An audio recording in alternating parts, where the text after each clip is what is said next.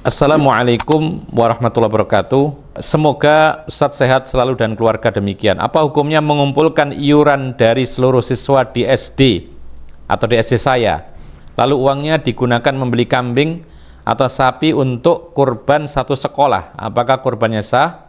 Baik, pertanyaan ini dari 085963 sekian. Kami jawab, waalaikumsalam warahmatullahi wabarakatuh. Kurban adalah ibadah yang agung, dan Allah Subhanahu wa Ta'ala telah menentukan jenis, cara, bahkan waktunya. Jenis, cara, dan waktunya telah ditentukan. Ada berjenisnya, maka hanya binatang ternak, salah satu dari 3 binatang ternak saja. Kalau tidak kambing, sapi, maka onta. Tidak boleh dengan yang lain, tidak boleh kuda, ya, tidak boleh ayam, tidak boleh rusa, ya. Kemudian dari segi caranya pun juga dianjurkan atau ditetapkan, yaitu dengan membaca bismillah, dengan alat yang tajam atau pisau yang tajam, dan seterusnya. Kemudian waktunya pun juga ditentukan. Jadi kalau sebelum waktunya berkorban dia sembelih, batal sembelihannya. Kapan waktu menyembelih mulainya? Yaitu ketika setelah sholat Idul Adha. Dan waktu terakhir menyembelih itu adalah yaitu akhir hari tasyrik, menjelang tenggelam matahari tanggal 13 Dzulhijjah, itulah waktu terakhir menyembelih kurban. Demikian pula tadi kita katakan caranya pun juga demikian. Bagaimana kalau patungan yaitu satu sekolahan? Maka jawabannya adalah dalam hadis-hadis yang sahih itu ada keterangan bahwasanya kambing itu untuk satu orang,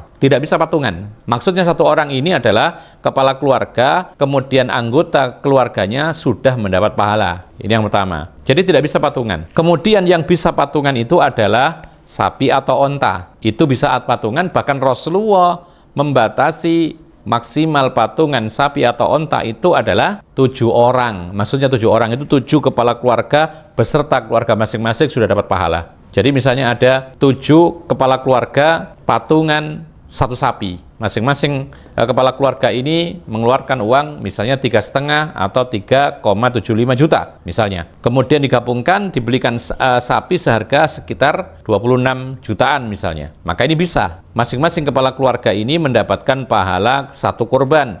Keluarga masing-masing kepala keluarga pun juga mendapatkan pahalanya. Oleh karena itu Jabir ibn Abdillah, seorang sahabat Nabi, mengatakan, "Kunna fi ahdi Nabi sallallahu alaihi wasallam nadhbahul baqara an sab'atin wal jazura an sab'atin nashtariku fihi." Kata Jabir bin Abdillah, dahulu kami pada zaman Nabi sallallahu alaihi wasallam biasa menyembelih yaitu 1 ekor sapi untuk 7 orang dan 1 ekor onta untuk 7 orang. Jadi patungan. Kami berpatungan dalam 1 ekor tadi. Hadis ini riwayat Muslim.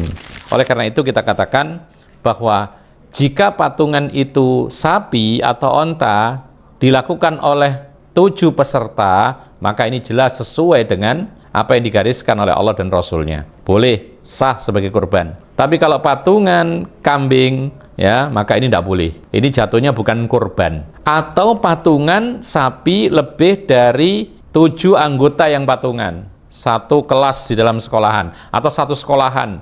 Misalnya patungan berapaan? 20 ribuan. Dikumpulkan, ya, karena mungkin jumlahnya banyak, misalnya 100 orang misalnya, 50 ribu kalikan 100 misalnya, maka mungkin bisa beli 1 sapi tapi patungannya 50 orang misalnya, maka ini jatuhnya adalah bukan sebagai kurban. Oleh karena itu kurban semacam ini yang patungan di sekolahan, ya, mungkin maksudnya baik, kita hargai maksudnya, tapi tidak sesuai dengan cara yang diajarkan oleh Nabi Muhammad SAW. Mungkin tujuannya mendidik agar mereka dermawan, bisa berkorban, tapi mendidik bukan demikian caranya. Maka dari itu kita katakan tidak sah sebagai kurban jika patungan sapi lebih daripada 7 orang, ya, dan kita katakan tidak disyariatkan. Kenapa demikian? Karena tidak ada keterangan dari Al-Quran dan Sunnah yang membolehkan patungan lebih dari 7 orang. Kemudian ini termasuk perkara yang mengada-ngada dalam agama Islam, sehingga itu ditolak oleh Allah Subhanahu wa Ta'ala.